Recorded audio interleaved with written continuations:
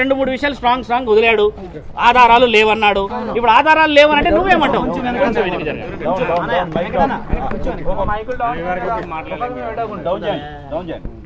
ఈ రోజు నేను ఎల్లూరు శ్రీనివాస్ పైన కంప్లైంట్ ఇవ్వడానికి మహిళా కమిషనర్ నేరెల శారద గారికి ఇచ్చేసాను. అన్ని ఆధారాలతోటి నేను అది సబ్మిట్ చేయడం జరిగింది. నేను త్రో పోలీస్ స్టేషన్ ద్వారా, త్రో కోర్ట్ ద్వారా నేను లీగల్గా వెళ్తున్నాను. సో నాకు సపోర్ట్గా మా సీనియర్ అడ్వకేట్ ఆజాద్ గారు ఉన్నారు, గురువు గారు ఉన్నారు. సో నా ఫ్యామిలీ మెంబర్స్, మా మామయ్య, మా అన్నయ్య కూడా ఉన్నారు. సో దీన్ని నేను ఇంకా ముందుకు నేనే కాదు, నాలాంటి ఆడపిల్లలు చాలామంది ఉన్నారని నేను కూడా విన్నాను. వాళ్ళంతా బయటకు రావాలని కోరుకుంటున్నాను. కనీసం మెసేజ్ల రూపంలోనన్నా, కాంటాక్ట్ రూపంలోనన్నా వాళ్ళు బయటకు రావాలని నేను మనస్ఫూర్తిగా కోరుకుంటున్నాను. అంతేకాదు నిన్న కామెంట్స్ పెట్టిండు నా పైన, నా పర్సనల్ లైఫ్లో ఇన్వాల్వ్ అయ్యాడు. సో నా పర్సనల్ లైఫ్లో ఇన్వాల్వ్ అవ్వడానికి తను ఎవ్వరు? నేను ఏ రోజున తను కాపాడమని నేను ఎప్పుడూ అడగలేదు. మరి కాపాడమని నేను అడిగినప్పుడు ఈ రోజు నన్ను కాపాడాలి కదా, అలా ఎందుకు పారిపోతాడు? గత 20 డేస్ నుంచి నా నంబర్ ఎందుకు బ్లాక్లో పెడతాడు? అంతేకాదు ఈ వర్షిని అమ్మాయి అది 2 డే ఇప్పుడు ఎందుకు వచ్చింది ఈ అమ్మాయి ముందుకు అని అంటున్నాడు కదా.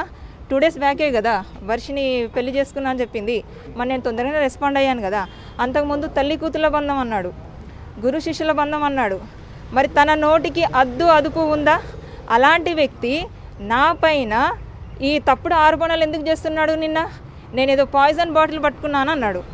నేను పట్టుకొని నేనేదో వీడియో కాల్ చేసి నేను బెదిరించానని అన్నాడు. అంటే మీరే పెళ్లి చేసుకోవడానికి మీరే బెదిరించానని అన్నాడు. నిజంగా అలాంటిది ఏదన్నా పాయిజన్ బాటిల్ అంటే తను మందు అన్నాడు. అది ఏమందో నాకు తెలియదు. ఈ తాగేమందా, అతను తాగేమందా, మరి ఇంకా జనరల్గా ఎవరు తాగేమందా నాకు తెలీదు. నేనైతే పాయిజన్ అనుకుంటున్నాను. ఆ పాయిజన్ బాటిల్ తాగి నేను బెదిరించానని అంటున్నాడు కదా. అదే పాయిజన్ బాటిల్ ఇప్పుడు మీ మీడియా ముందు నేను అలాగే నేను బెదిరిస్తాను. అందరినీ వదిలేసి, వర్షిని కాదు ఇంకా ఏ దర్శిని ఉన్నా వదిలేసి వచ్చి నాతోటి ఉంటాడా? మరి అట్లా వస్తే తను నిజం, లేకపోతే తను అవ్వదు. అంతేగాని ఉండండి. ఇంకోటి తను ఫస్ట్ డే అంటే జనవరి 1, 2025 ఇక్కడ లేనన్నాడు.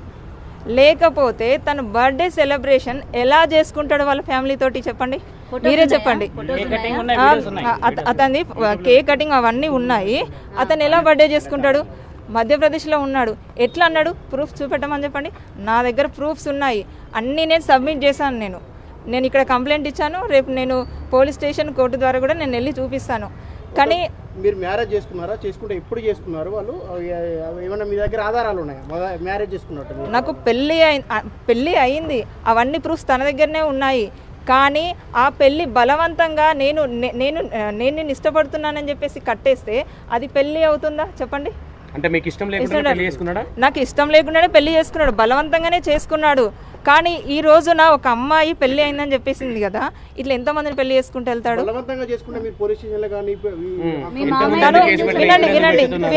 వినండి, తనని నేను అడిగాను, ఇది కరెక్ట్ కాదు అని చెప్పాను.